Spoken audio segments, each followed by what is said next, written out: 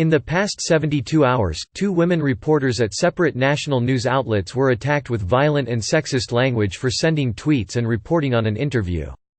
For female journalists, this kind of abuse is often part of the job. The Washington Post confirmed Monday it had suspended reporter Felicia Sonmez after she tweeted out a 3-year-old news story on accusations of rape against Kobe Bryant, one of basketball's greatest players, who died Sunday in a helicopter crash in Calabasas, California. Sonmez also tweeted about the deluge of abusive messages and death threats she received for sharing the link, including one with a screenshot of an email that displayed the sender's name. On Friday, NPR reporter Mary Louise Kelly said Secretary of State Mike Pompeo castigated her after a tense 9-minute interview, shouting, cursing and challenging her to find Ukraine on a map.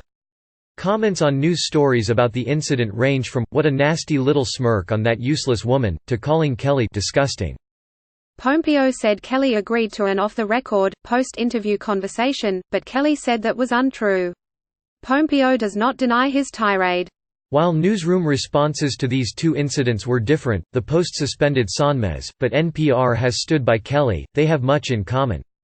Most journalists experience derision or threats on occasion, but data show women are far more likely to be targeted, and those attacks are often sexist in nature. Roughly half of the women journalists from 50 countries, including the United States, surveyed by the International Federation of Journalists said they experience physical and verbal abuse, according to a 2019 report from the Women's Media Center. Online attacks, especially, have become increasingly common. Women journalists experience physical, sexual and online abuse daily, according to research from the International Women's Media Foundation, and they say that abuse has negatively impacted their mental health. Approximately 40% said they avoid reporting certain stories because of it. The attacks go beyond journalism.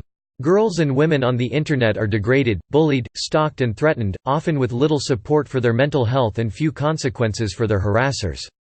A 2017 report from the Pew Research Center found women are about twice as likely as men to say they have been targeted online as a result of their gender.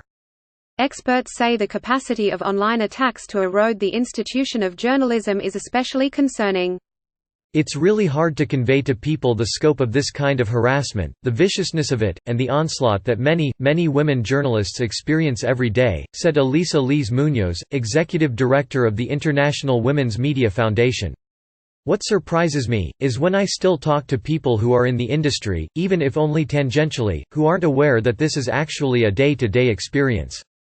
Research shows women of color, who are vastly underrepresented in newsrooms, are harassed disproportionately. In 2018, reporter April Ryan received death threats for asking then-Press Secretary Sarah Huckabee Sanders whether President Donald Trump was resigning. After Bryant's death Sunday, Twitter was divided on Sonmez's original tweet. Some say her timing was insensitive. Others argue there is nothing wrong with a reporter sharing a news story that offers context around a public figure's life. The Post has not indicated which of Sonmez's tweets prompted the suspension, and a spokesperson declined USA Today's request for elaboration. As of early Monday evening, more than 200 Washington Post journalists had signed a union statement calling on the newspaper to reinstate and support Sonmez. In her column this week, USA Today's Nancy Armour noted that Bryant was a transcendent player who inspired hundreds of thousands of kids to reach beyond themselves. But she also said the rape accusation made against him should not be ignored when considering his legacy. Bryant was charged in 2003 with sexual assault and false imprisonment. The case was dropped after his accuser refused to testify. For some survivors, testifying can be overwhelming. According to the Rape, Abuse and Incest National Network, Armour called Bryant's statement afterward a stunning admission of culpability. He later settled a lawsuit with the accuser. A USA Today Facebook post of Armour's column Monday had nearly 1,000 comments an hour after it was shared. Most of the comments criticized USA Today or Armour for the column, some included personal attacks on Armour. One commenter called her a POS, another said he hoped they shred your legacy to pieces at your funeral. On Twitter, she was called disgraceful and a wicked woman. Sonmez called the response to her own tweet eye-opening. To the 10,000 people literally who have commented and emailed me with abuse and death threats, please take a moment and read the story, which was written 3 years ago and not by me, she wrote in 2 since deleted tweets.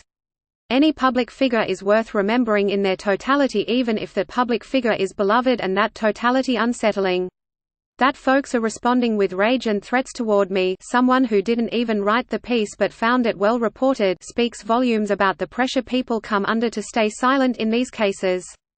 In an interview with the Post's media critic, Eric Wemple, Sonmez says she reported the threats to her editors. At least one threat included her address. Fearing for her safety, Sonmez checked into a hotel on Sunday night.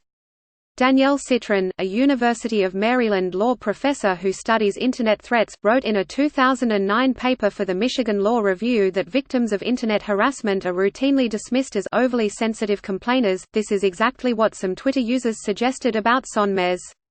In Kelly's case, Pompeo was her loudest abuser. "He shouted at me for about the same amount of time as the interview itself had lasted," she said. In its report on women in the media, Women's Media Center President Julie Burton writes, "Media tells our society and our young people what is important and who matters. How the public treats the media may tell us the same. You may also be interested in